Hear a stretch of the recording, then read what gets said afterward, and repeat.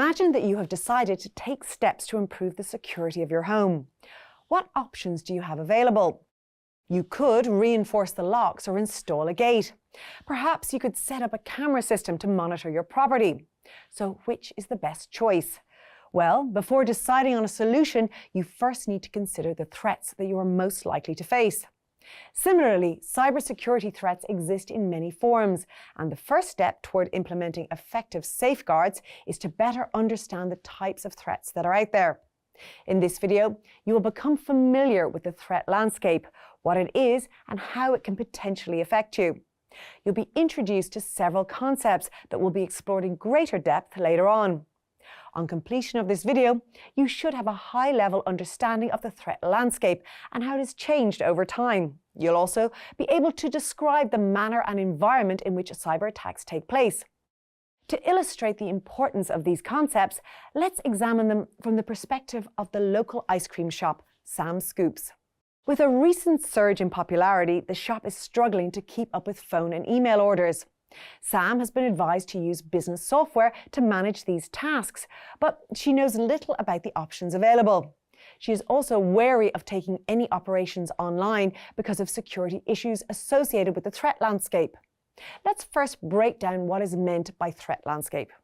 This is an all-encompassing term that refers to three major areas, which are all potential vulnerabilities of an application, the attackers that may be targeting this area, and the attacks that are used.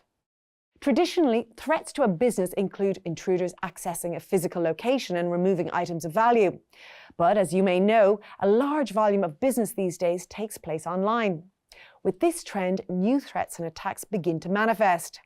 The resources being guarded become less distinct as companies had to care for physical damage or theft as well as guarding information and access to a company's digital infrastructure.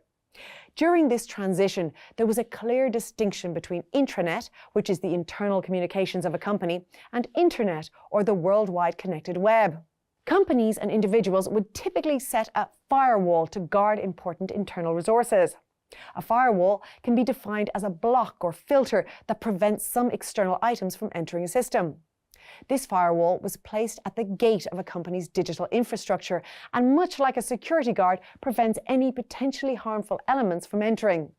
Threats of note would include malware, which is software intended to cause harm or discord; ransomware, which prevents an organization from accessing its own applications; denial of service, which bombards a system with requests so that it cannot respond to legitimate digital requests; and spam-related activities.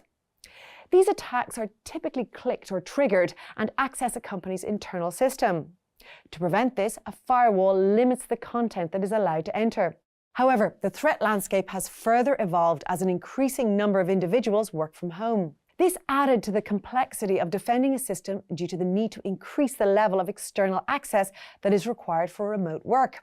The proliferation of remote access tools which allow workers to access an organization's network content from outside and the practice of bring your own devices has drastically expanded the threat landscape, reducing the efficacy of firewalls and giving potential attackers far more scope for infiltration.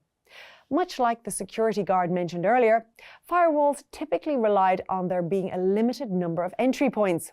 Defensive strategies have evolved to identify past attack patterns and develop solutions based on them.